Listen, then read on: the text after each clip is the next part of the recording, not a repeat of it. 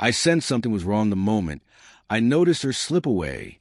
The ballroom pulsed with music, laughter, and the clink of glasses, but all of it faded into background noise once I realized Emma, my wife, my constant partner at events like this, was no longer beside me. For years, we'd been each other's steady presence in crowded rooms, trading small glances across the chaos. But tonight, she was gone. My eyes swept over the dance floor, the buffet, the groups of chattering guests. When I finally found her, my chest tightened. She was at the bar, smiling at a man I'd never seen before. He leaned too close, his hand just a breath away from her hip, and she didn't move. Before I could react, a voice cut through the din. "Well, since you're flying solo tonight, how about a dance?" A woman in an emerald dress stood in front of me, hand extended, teasing smile on her lips. Her words were light-hearted, but the word solo hit me like a punch. That's exactly how I felt. I forced a laugh and declined, and she drifted away, leaving me with the weight pressing hard on my chest. The rest of the evening crawled by. Emma barely acknowledged me, except for a distant wave when photographers called her over. She was dazzling, laughing brightly, but none of that radiance was directed at me. I plastered on a smile for appearances, grinding my teeth until my jaw ached. On the drive home, the silence was suffocating. "Did you have fun?" she asked lightly, scrolling through her phone. "That depends," I muttered, hands gripping the wheel. "Did you?" Her head snapped up. "What's that supposed to mean?" "You tell me." She exhaled sharply. "Not this again. You're always imagining things." "Emma, you left me standing alone.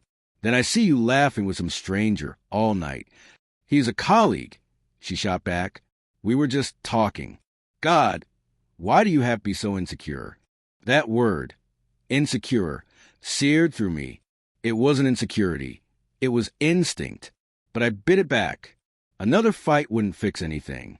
Days passed, but cracks started showing in the fabric of our marriage. Emma kept her phone close. She worked late more often. She stopped reaching for me at night.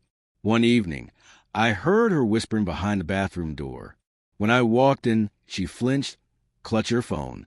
"Who were you talking to?" I asked, voice shaking. "No one," she said too quickly. "Just work." But the lie was written all over her face. I told myself I wouldn't snoop. But desperation changes you. A week later, when she left her phone on the counter, I picked it up. My hands trembled as I typed in the password. The screen lit up with messages. His name was Mark. "Can't stop thinking about last night. You were breathtaking at the party. Wish I could be with you right now." The words blurred as tears burned my eyes. Then I saw her replies. "I miss you too. Last night was perfect. Sometimes I wish I could just leave everything and be with you. Leave everything. That meant me. That meant our home. Our history." I set the phone down like it burned and collapsed into a chair, hollow, unable to breathe. I didn't confront her that night. I couldn't. I lay awake beside her, staring at the ceiling, listening to her even breaths, wondering how she could sleep so peacefully with betrayal on her lips. The next morning I asked, "How's work been?" "Busy," she answered, not looking up. "With Mark," I said softly. Her eyes widened. The silence that followed was louder than any confession. How do you?" I saw the messages. Her face shifted, shock, guilt, then anger. "You went to my phone? That's what you care about?" My voice cracked. "Not the fact that you've been cheating?" She didn't deny it. She didn't even try. Finally, she whispered, "I didn't mean for it to happen." "That's the thing about betrayal," I said bitterly. "It doesn't care what you meant. It ruins everything anyway." Tears welled in her eyes. "I still love you." A hollow laugh escaped me. "No, you love the safety I give you. But love doesn't do this." When she reached for my hand, I pulled back. The touch that once grounded me now felt poisonous. The weeks that followed blurred into shouting, slammed doors, sleepless nights. Friends checked in, but I couldn't find the words to explain what it feels like to have the person you trust most destroy you. One night, I caught my reflection in the mirror. Hollow eyes, clenched jaw, shoulders heavy with grief. That's when I knew.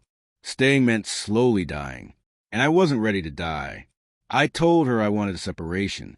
She begged, promised it was over, swore she'd change. But her promises had become daggers, and I'd had enough. Maybe you can fix what you broke, I told her, but not with me, not anymore. Her face crumbled, but the truth was simple. She'd been digging the hole long before I walked away. Months later, I went to another party. The music was just as loud, the laughter just as bright. But when someone asked if I wanted to dance, the word single didn't sting anymore. I smiled, because I wasn't broken. I was free,